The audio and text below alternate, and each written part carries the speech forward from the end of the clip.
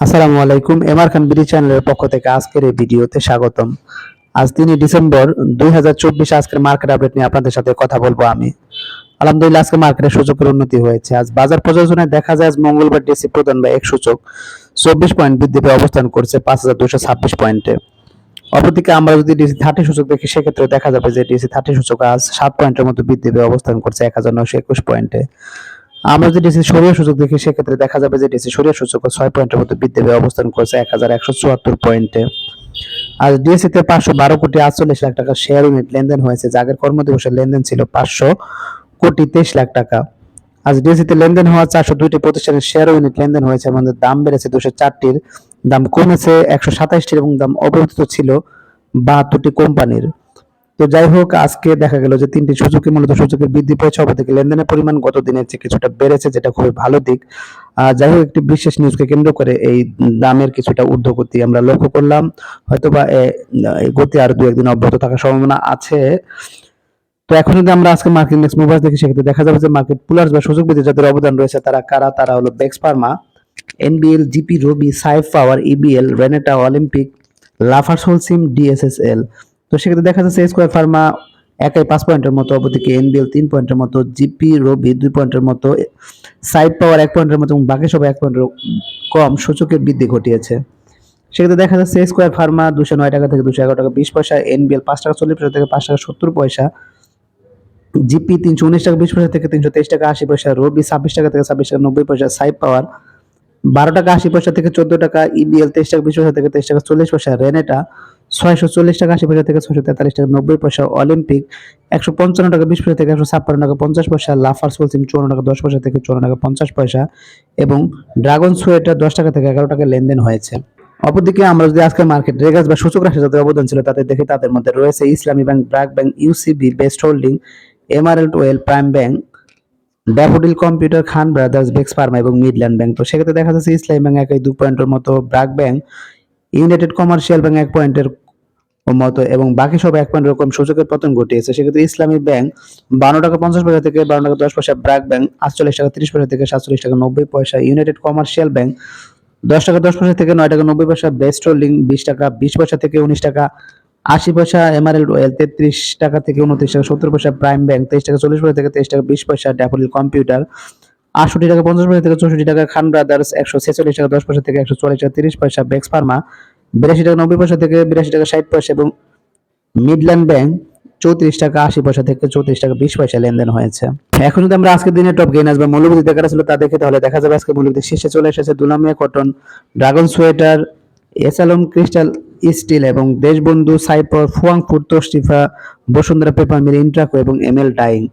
তো সেক্ষেত্রে দেখা যাচ্ছে যে দুলামিয়া কটন, ড্রাগন সোয়েটার, এসালম, সিয়ার স্টিল, দেশবন্ধু এবং সাইপর মূলত হল্টেড হয়েছে, অপরদিকে ফুয়াং ফুড 9% মতো, তোশরিফা, বসুন্ধরা পেপার মিল 7% মতো এবং ইন্টাকো এমএল ডাইং 6% মতো মূল্যের বৃদ্ধি ঘটেছে।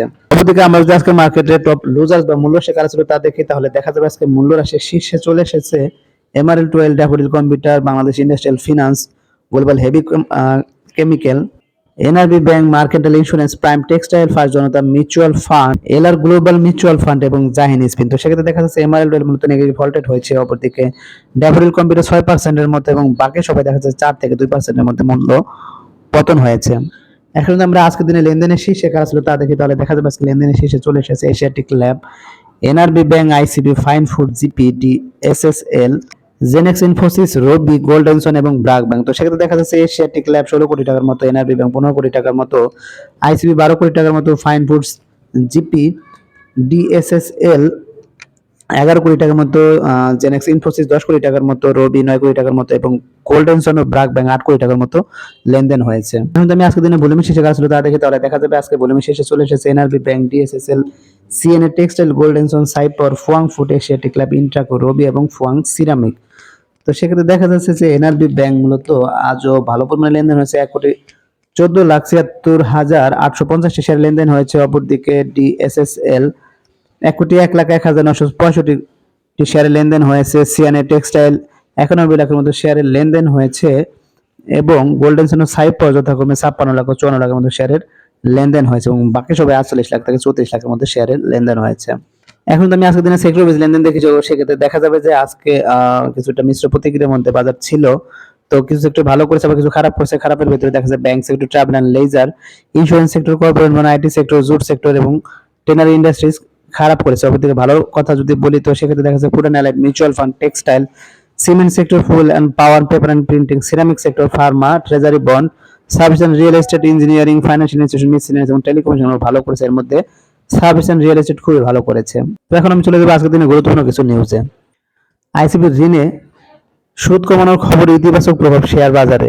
দীর্ঘদিন যাবত শেয়ার বাজারে চলছে অস্থিরতা। এই অস্থিরতার মাঝে আইসিবির ঋণ প্রাপ্তির খবরে কিছুটা স্বস্তি এলো। শেষ পর্যন্ত ঋণে উচ্চ সুদ নির্ধারণের খবরে চাপে পড়ে যায় শেয়ার বাজার। সব ধরনের চাপকে পাশ কাটিয়ে সোমবার উত্থানে ফিরে শেয়ার বাজার। আর মঙ্গলবার আইসিবিকে দেওয়া ঋণের সুদ 4% নির্ধারণের খবরে আবারও ইতিবাচক প্রভাব পড়েছে দেশের শেয়ার বাজারে।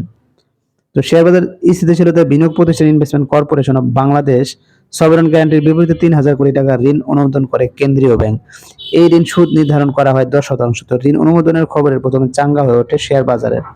সুদ বেশি নির্ধারণ হওয়ায় চাপের কারণে কিছুটা ধসে পড়ে শেয়ার বাজার। তবে সব চাপকে দূরে ঠেলে সোমবার উত্থান হয়েছে শেয়ার বাজারে। মঙ্গলবার সূচকের উত্থান শুরু হয় লেনদেন মাঝে কিছুটা পতনের পর বেলা 11:30টার দিকে আবার উত্থানে উঠে সূচক। এরপর কিছুটা উত্থান প্রবণতায় হচ্ছিল লেনদেন। তবে দুপুর 12:10 থেকে আইসিবি ঋণ সুদে 4% নির্ধারণের খবর প্রকাশ হয়। এই খবরে পর সূচক আর পিছনের দিকে না তাকিয়ে উপরে উঠতে থাকে। কিছুটা চাঙ্গা থেকে শেষ হয় দিনের লেনদেন। বিশ্লেষকরা বলছেন আইসিবি ঋণ প্রাপ্তিতে সুদ হার কমানোর খবরে বাজারের প্রতি বিনিয়োগকারীদের আস্থা আগের চেয়ে বেড়েছে। সেই আস্থার কারণে আজ এতগুলো কোম্পানির শেয়ার কিনেছেন বিনিয়োগকারীরা। তো বিনিয়োগকারীদের এই আস্থা ভবিষ্যতে বাজারে ইতিবাচক প্রভাব বিস্তারে সহায়তা করবে। তো যাই হোক, এটি অবশ্যই আমি মনে করি একটা ভালো দিক, কারণ আইসিবি কে যদি স্বল্প হারে ঋণ দেওয়া হয় সেটাকে আমি মনে করি মার্কেট ইনভেস্টমেন্টের মাধ্যমে বাজার আরো কিছুটা গতিশীল হবে বলে আমি মনে করি এবং বিনিয়োগেরও আস্থা ফিরে পাবে। তো যাই হোক, দেখা যাক কি হয় এখন, সেটাই দেখার বিষয়। এখন আমি পরবর্তী নিউজে চলে যাব। জেড ক্যাটাগরিতে যুক্ত হলো আরো এক কোম্পানি। কি বলেছে, শেয়ার বাজার তালিকাভুক্ত আর এক কোম্পানি যুক্ত হলো জেড ক্যাটাগরিতে। ঢাকা স্টক এক্সচেঞ্জ সূত্রে তথ্য জানা গেছে। তো কোম্পানিটি হলো কনফিডেন্স সিমেন্ট। জানা গেছে নির্ধারিত সময়সীমার মধ্যে অনুমোদিত ডিভিডেন্ড বিনিয়োগকারীদের মধ্যে বিতরণ না করার কারণে কোম্পানিটিকে এ থেকে জেড ক্যাটাগরিতে স্থানান্তর করা হয়েছে। তো যাই হোক, এটি আমি মনে করি যে কনফিডেন্স সিমেন্টের বিনিয়োগকারীদের জন্য একটি দুঃসংবাদ। তো যাই হোক, এখন আমি অপর একটি গুরুত্বপূর্ণ নিউজে চলে যাব। খারাপ কোম্পানি তালিকাভুক্তির কারণে বর্তমান অবস্থায় পৌঁছেছে শেয়ার বাজার। ঢাকা স্টক এক্সচেঞ্জের স্বতন্ত্র পরিচালক আর্মি ইনস্টিটিউট অফ বিজনেস অ্যাডমিনিস্ট্রেশনের DG major general Mohammad Kamruzzaman MB বলেছেন, শেয়ার বাজারে যত বেশি ভালো মানের কোম্পানি থাকবে শেয়ার বাজার তত বেশি উন্নত হবে। অতীতে বেশ কিছু খারাপ কোম্পানি তালিকাভুক্ত হওয়ার কারণে শেয়ার বাজার বর্তমান অবস্থায় পৌঁছেছে। আমরা আশা করি আগামীতে ভালো মৌলভিত্তি সম্পূর্ণ কোম্পানি তালিকাভুক্ত হবে। তো সমাপনী বক্তব্যে ডিসিসির পরিচালক মিনহাস মান্নান ইমাম বলেন, শেয়ার বাজারে বিনিয়োগের ক্ষেত্রে কখন, কোথায় এবং কেন বিনিয়োগ করবেন তা জানা প্রয়োজন। এই জন্য বিনিয়োগ শিক্ষা অত্যন্ত গুরুত্বপূর্ণ। ইমোশনাল হয়ে বিনিয়োগ করা যাবে না।